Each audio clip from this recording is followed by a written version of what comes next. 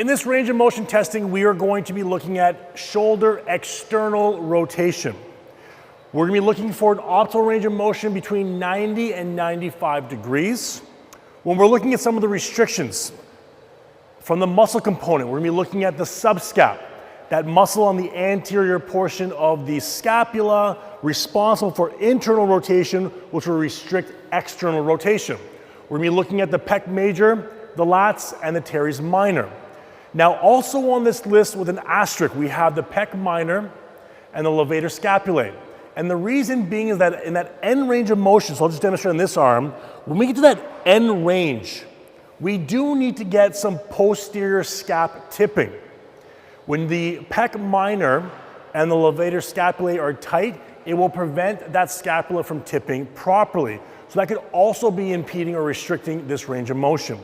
In terms of joints, we have that glenohumeral ligament. We have the coracohumeral ligaments, inferior and posterior capsule, also restricting this range of motion. So I've already taped up Sarah. Excuse my back for a second. So we have this going right through the center, from the elbow all the way up to the midline of the wrist. Now, a couple of tips when we're doing this.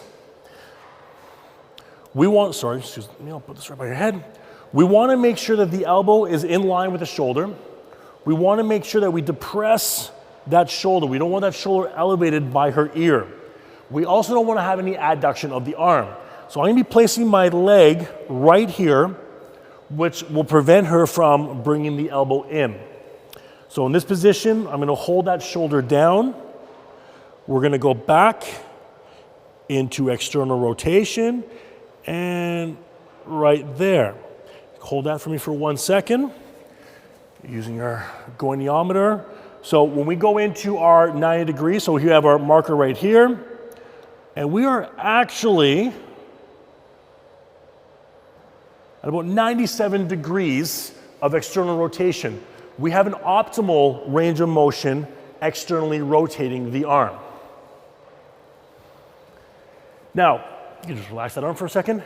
If we have any restrictions, we have some issues with that. Personally speaking, usually what I find is tackling that subscap is one of the easiest ways of regaining external rotation.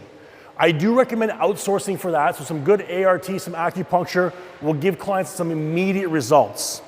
You can try tackling the lats, the teres, and the pec major. We're doing some of that self-administered fascial release to see if that improves. If it doesn't, I usually do recommend outsourcing for that subscap.